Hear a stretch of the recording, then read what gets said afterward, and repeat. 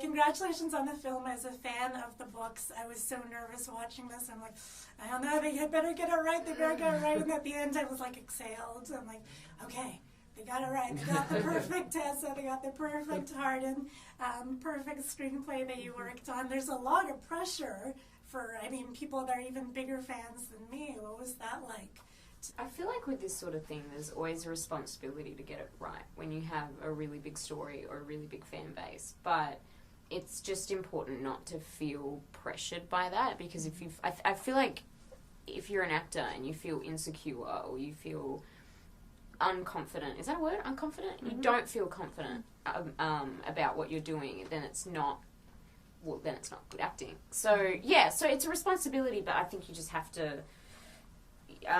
Just try and make sure you're doing your own thing. And what did you like best about working with each other as a producer, as talent? What did you like best about it? I think Anna just had all the answers. Like, if there's anything you don't know, then just go to Anna, figure it out. Anna? I just liked being able to trust them.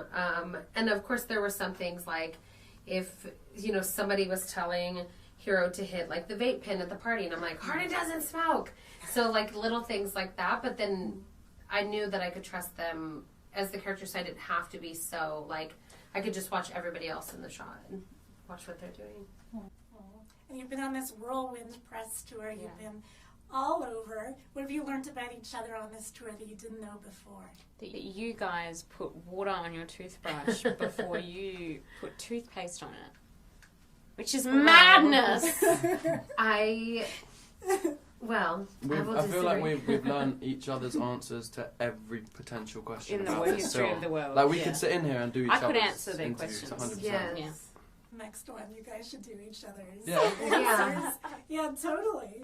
Okay, so these books and characters all have such a passionate fan base. Who or what are you fans of? I don't really feel like I've ever been maybe football. Yeah, there you go. I don't think I've ever been as enthusiastically supportive of anything as, you know, as much as these after fans are. I haven't been lucky enough to find the thing that I love as much as they do. But yeah, football would be my ultimate answer. Sounds a lot better than what I said. What's yours? Yours is a blah blah blah and then Eurovision.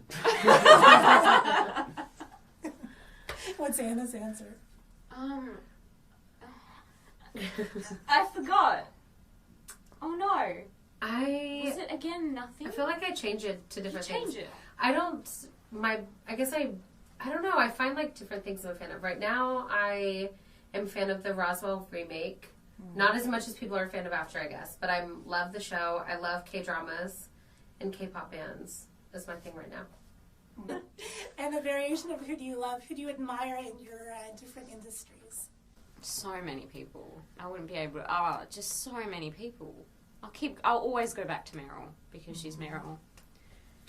I'll say Jack O'Connell because it was someone I looked up to when I was young and then was lucky enough to work with and actually play the younger version of him. So it was nice for me to kind of, you know, have that kind of idol and then be able to actually work with them and you know, feel like this is kind of within reach. Yeah, most of mine are writers, and most of my favorite writers are dead and have been for a long time. But a living writer that I look up to is E.L. James. Not necessarily her writing, but just I know literally thousands of women that now have jobs and careers because of her, and that's just something that's really special and important to me. That so many women have had their lives completely changed because of this one project that she created. Well, thank you guys so much. Thank you.